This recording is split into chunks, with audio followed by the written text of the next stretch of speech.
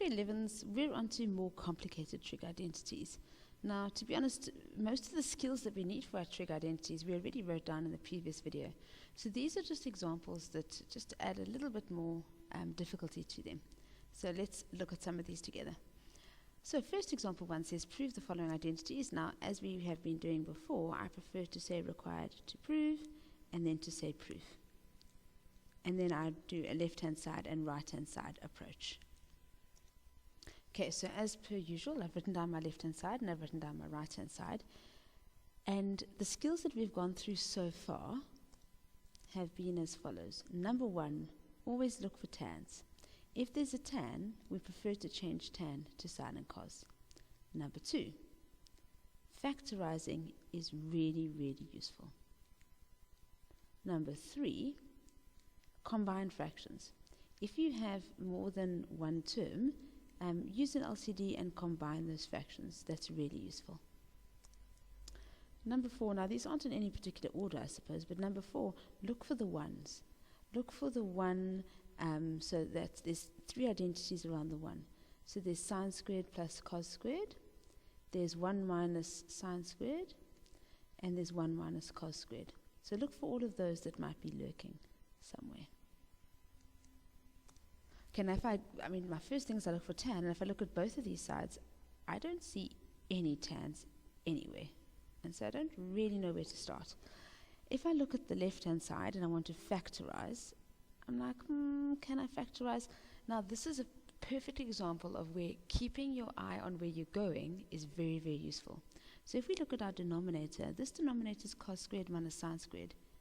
I'm needing to get it to just cos x minus sine x with no squares, which means this idea of factorizing is going to be very important here, I think, because can I factorize cos squared minus sine squared? Absolutely. It's a difference of 2 squares. So if I go and factorize that denominator already, I know it's a dot, so it's cos x minus sine x, there it is, and that's really comforting to me because I can see that I'm moving towards where I need to get to. So what do I know so far? This is good. I want that there. This bracket, however, is not good. Now, if it's not good and it needs to disappear, it means that I'm going to have a cos x plus sine x at the top in order for it to disappear. So that is going to be what I'm wanting. Now, at the moment, I don't have that. So I don't have this bracket at the top, but I'm assuming that's what I need in order to make that bracket go away, simply because if I'm looking towards what I need to move towards, that bracket isn't there in this denominator over here. So because it's absent there, I know it's got to go. So basically, I'm thinking I need to factorize this top, because this top is 2 terms, and I know I cannot cancel until I've factorized. The only problem is there's no factorizing I can do there, because there's no highest common factor, there's no dots, and there's no trinomial. And so this is a very sneaky example. And the reason why it's a sneaky example is if you have a look at 1, I know that sine squared plus cos squared is 1. Now, I very rarely replace 1 with sine squared plus cos squared, because I very rarely want to take something that's nice and neat and little like 1 and make it something big. However, why it's going to work here is if I write sine squared theta. Now notice I'm going to write plus cos squared theta at the end. Now I'll show you why I'm writing that. Why I'm doing that, and I'm putting the 2 sine x. So I see that I use theta instead of x, so let me just quickly go and fix that. So let me go replace those thetas with x's. Why have I done that? So notice that this 1 has been divided up into sine squared plus cos squared, but I've written them separately. And the reason why I've written them separately is I hope you notice that that top is a trinomial. So this top here, this is a trinomial. And this is a particularly difficult trinomial.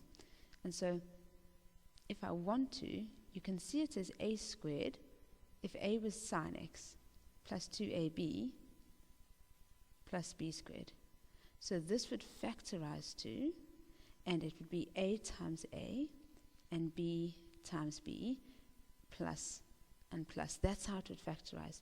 So this top is actually going to factorize to sine of x plus cos of x, and then sine of x plus cos of x. Now, even if I didn't know that that's what it had to factorize to, I could have used my hint of my denominator.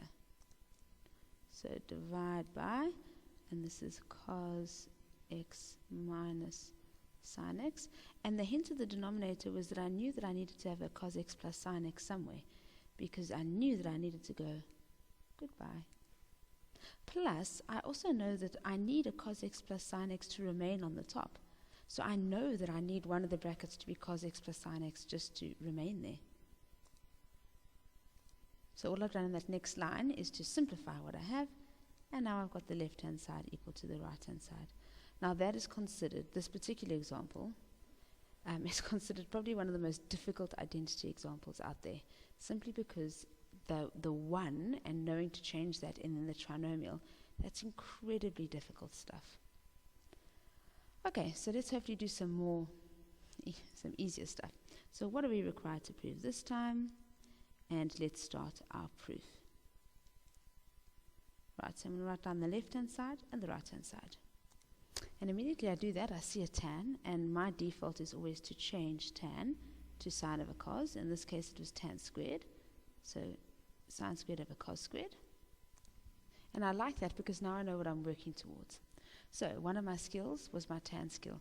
Another skill which I can immediately see I'm going to need here is factorizing, because I see two terms on the top and I see two terms on the bottom.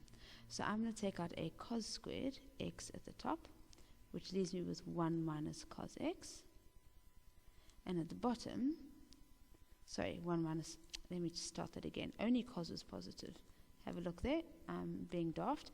This was only cos x, so cos x is positive, and it's 1 minus cos squared that's left behind. My apologies.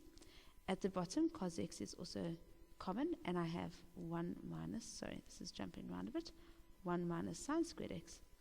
Now this is lovely, because basically my cos x's are going to cancel. Remember, don't scratch things out so the person can't see and give you a mark. And I basically land up with 1 minus cos squared x over 1 minus sine squared x. And now, hopefully I can recognize, hang on, 1 minus cos squared is sine squared, which is exactly what I wanted. And 1 minus sine squared is cos squared. And so this was actually a much easier example, but a really nice example. My left-hand side equals my right-hand side. So I've just labeled in those skills there. The first skill that I used there was I used the tan x, and the second skill that I used there was the whole factorizing idea. And the last skill was that whole idea of the one identity. So all those identities around 1, there's 3 of them, I used that. Okay, let's go on again. Right, if I look at what I'm trying to prove here, if I always pick the messy side, the right-hand side looks nice and neat, it's 1 over sine x. The left-hand side, however, the skill that I think I'm going to need here is I'm going to need to combine those fractions. And when I combine fractions, I need to use an LCD. So I'm going to create an LCD of 1 plus cos x times sine x. So I need to realize that this denominator is missing a sine x, which means I need to multiply the top by sine x as well. So this actually becomes sine squared x at the top. And this denominator is missing a 1 plus cos x. And so this top also needs to be multiplied by 1 plus cos x. So I get plus cos x, 1 plus cos x. Now, I could have probably multiplied that out. I never ever multiply out the denominator, simply because the only way for me to cancel here would be to factorize and cancel. And so you never multiply out the denominator, but I am going to multiply out the top because I get sine squared plus cos x plus cos squared x. So I've multiplied that in. Now I'm going to notice that I have a sine squared plus a cos squared, which is 1. So this actually becomes 1 plus cos x, and what do you know? That's exactly what I have on the bottom in a bracket. So remember, I can only cancel when it's 1 term over 1 term, but if I put a bracket around that, I can cancel those two out. And so if I cancel them, I don't want to kind of make a mess here, but it becomes 1 over sine x, which is exactly what I wanted. So therefore, my left-hand side equals my right-hand side. Another really, really good example. Right, onwards. Hopefully these are getting easier and easier. It was just that first one that was horrible. So let's set it up. Required to prove. Proof. Right, now that I've written down my left-hand side and my right-hand side, I'm immediately drawn to the right-hand side, simply because I see a tan. And I know I can work with tan. So I'm going to begin there. I might need to come back to the left-hand side and manipulate it some more. But first thing I'm going to do is I'm going to rewrite tan as sine theta over cos theta. And now I know that one of the skills is when I see multiple terms, I need to create an LCD and make one fraction. And so my LCD is sine theta and cos theta. Now this is comforting to me because if I look over to the left-hand side, that's exactly what I have. So I need to multiply this denominator by cos theta to make it work, which means that needs to be multiplied. So this is cos squared theta. This needs to be multiplied by sine theta. So my top must be multiplied by sine theta. So it's minus sine squared theta. Okay, now there's different ways to proceed now. So far I'm happy because my denominator is right. My numerator is not right. If I look at what I want, if the left-hand side is going to remain untouched, I want sine squareds. I don't want cos squareds. So that means that this cos squared has got to go. I don't want that. Now I can replace cos squared with 1 minus sine squared. We have never done that before, but I can actually replace a cos squared. Now just look ahead and think to yourself, that actually is wonderful for me, because that means I'm getting to my sine squareds, because I have one of them already, and now I think I'm going to have two of them. So if I add in the rest, so minus sine squared theta all over my denominator, and now all I have to do is collect up those like terms, so this becomes 1 minus 2 of these sine squared thetas over sine theta cos theta. Now this is not the only way to have done it. I could have manipulated the left-hand side. So once I got to this point here, I could have decided to go and manipulate the left-hand side by changing this 1 to sine squared plus cos squared. And then I would have basically got the left-hand side to agree with this step here. It doesn't really matter, as long as they eventually look identical. So therefore, the left-hand side equals the right-hand side. Right, let's just try a couple more. This one, wow, this one is probably the, I would probably say the meanest, just because it's so bizarre. It's not a particular identity that I like, but it is one that I think we have to see. Okay, now why I'm not a massive fan of this identity is that if you don't know where to start on this particular identity, then you can't go anywhere. All the other identities, if you change the tan and you combine them, you can get part marks along the way. Whereas this is an identity of where you don't know where to start, there's nothing to do. But it's nice and helpful to see it once, and hopefully it sticks a bit.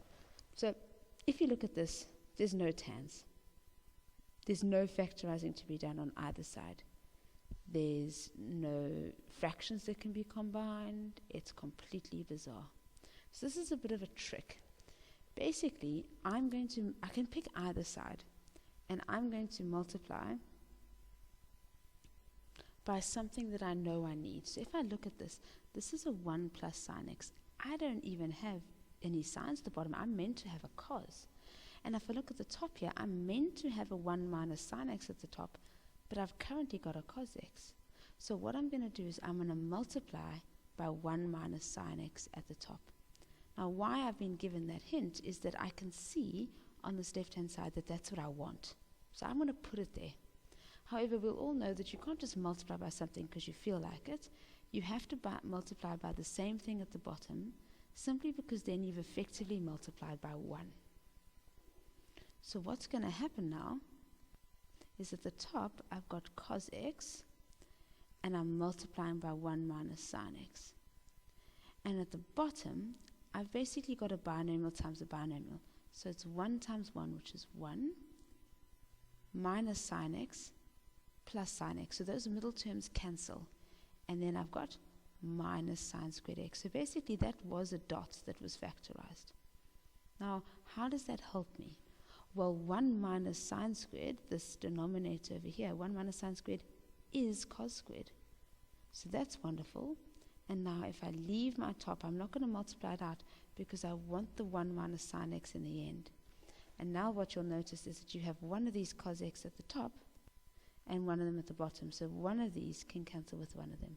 And so actually I do get my 1 minus sine x over cos x. Now this is a kind of pattern that you see from time to time when you start picking it up. It's a very mean type of question, and you can see why I say to you, if you don't know where to start, you can't go anywhere, which means it's not a very nice exam question. But the more we see things and the more we make ourselves used to things and we've had them available to us, I think the better skills we learn. So this is a bit of a weird one. When you get stuck, this is a bit of a trick. You can always multiply by what you want to be there, as long as you multiply on the top and the bottom by the same thing. Now just have a look at this pattern again. If I just go back to the question so you can recognize this, because I don't want us to start multiplying by things whenever we feel like it. It's a very specific case where we do it. And just notice that pattern, that the 1 minus and the 1 plus, and hopefully you'll recognize it when you see it again. I just have to complete this with therefore left-hand side equals right-hand side. Right, another interesting one, this one. I must say I've chosen all of these because they're interesting. So don't think that every single trig identity is like this. I've chosen the interesting ones. Okay, so if we have a look at this, I can see where I'm going. I'm trying to get towards sine theta plus cos theta all by itself, which is a bit weird because that means this denominator has to cancel. Now, I often do something called reverse engineering. So what I do is I basically decide what I know has to happen, and then I kind of force it to happen, so if I'm ever lost. Because if I look at this question, I don't see any tans. I don't see any fractions that I can combine using an LCD. I don't see any factorizing that's currently available to me. So what I do is I skip a line, and I say to myself, what do I need to happen? I need the sine theta plus cos theta to cancel. I know that because there is no denominator here. And so if I need it to cancel, that means I need a sine theta plus a cos theta at the top, simply because then they can cancel. So that's what I need to happen. Now what else do I need to happen? Well, I need sine theta plus cos theta to apparently still magically appear at the top, because if these two factors cancel, I'm still meant to be left with a sine theta plus cos theta. So I think that this is what has to happen. I think I need a sine theta plus cos theta to stay behind, and I think I need a sine theta plus cos theta to cancel with the bottom. So let me try and reverse engineer this and see, is there a way to get there? Now the way to get there will be factorizing. I need to basically take this, and I need to do factorizing, and you're going to see already how useful factorizing is to us. But however, I don't think I can factorize right now, because why is there a 1? That's got nothing to do with this. So let's just quickly multiply this out. This will give me sine squared. This will give me sine theta cos theta. This will be another sine theta cos theta, hence 2 of them. So this term makes sense. And then there'll be a plus cos squared. But now we've seen this before. 1 is the same as sine squared theta plus cos squared theta. Now I'm separating them because that's the identity. Sine squared and cos squared is 1, but I want it to look like a trinomial. So I'm going to put this plus 2 sine theta cos theta in the middle, and I'm going to keep my denominator. And now, by kind of realizing what I needed to happen, I've realized that this factorizes as a trinomial to a binomial times a binomial, and then it makes it work. So if you're ever lost and you're not too sure where to go, do this idea of reverse engineering. Think about what has to happen and then kind of force it to happen, if that makes sense. So this is the second example of this idea of this 1 that gets replaced by sine squared plus cos squared, and then you have a trinomial factorizing. So again, the more we see this, the better we get at it. Okie dokie. Second last one, required to prove, and our proof. Right, written down the left and the right. First thing I look for is a tan. I don't see any tans. Second thing I look for often is, are there fractions I need to combine? No, they're not. And my general third thing is I look for, can I factorize? Now I definitely look this left-hand side looks like where I need to start, because I see a sign in both terms.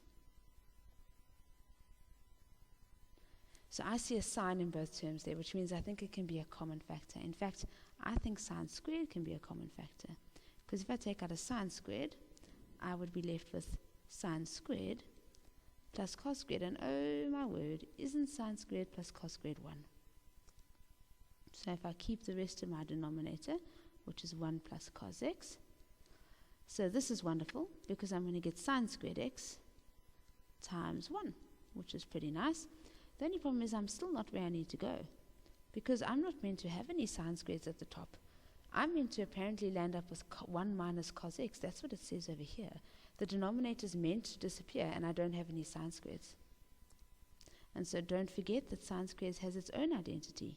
Sine squared is the same as 1 minus cos squared. Okay, now I'm still not out of the woods, because that denominator still has to cancel. This denominator of 1 plus cos x has to apparently disappear. Now the only way it's going to disappear is if I have a 1 plus cos x that's identical so it can cancel. And so clearly I need to factorize. Now this is a dots, and so 1 minus cos squared is going to be the same as 1 minus cos and 1 plus cos. Now that's actually exactly what I needed, because I needed my 1 plus cos x to cancel so that I was left with 1 minus cos x, which is exactly what I have on the right hand side. Just there. Oh, this looks interesting. I see tans everywhere. So this is definitely looking like I need to morph the left hand side, because I see all the tans. So tan I'm going to change to sine over cos, and then in my next fraction I have a plus 1, and I'm going to make it 1 divided by sine over cos, just because I don't like a fraction within a fraction. So I prefer that. And I think I'm going to do a bit of work here, because I need to tip in times. So I'm going to take times, and it's cos over sine. So that's so much better. And in actual fact, the moment I do that, I realize that that 1 is completely unnecessary, and I can ignore it. So if I have cos of theta, my apologies, equals. And so lots of things I can do now. I could add these fractions together, or I could multiply in. So I could do this if I wanted to. There's nothing wrong with that. Or I could combine them first. It really doesn't matter. If I combine them first, that would mean an LCD. So that LCD would be cos theta, sine theta.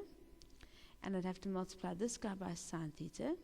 So I'd get sine squared theta. And I'll have to multiply this guy by cos theta, which means I'm going to get cos squared theta. And so maybe adding them together first made sense, simply because I know that sine squared plus cos squared is 1. So actually this becomes quite nice, because my bracket is just 1 over cos theta sine theta, and now my multiplication is really easy, because basically the cos just cancels, and so I'm left with 1 over sine theta. Really nice question in the end, and my left hand side equals my right hand side.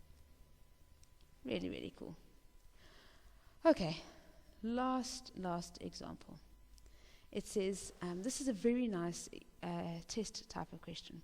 Consider the identity, and it's given to me, and the first question says prove the identity, and then it says hence without a calculator. So let's start with A before we look at B. So we are required to prove. I prefer to write this out.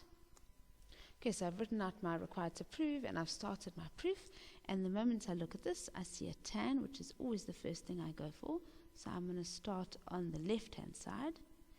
And again, once I've done that, I start thinking, one of the skills we learned was to always combine fractions using an LCD.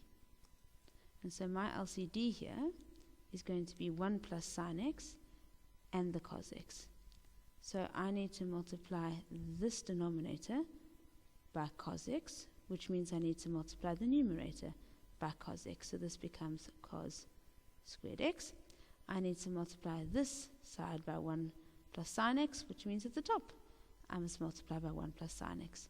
And if I want to start cutting corners, I can do my distribution at the same time. So I'm going to get plus sine x and then plus sine squared x.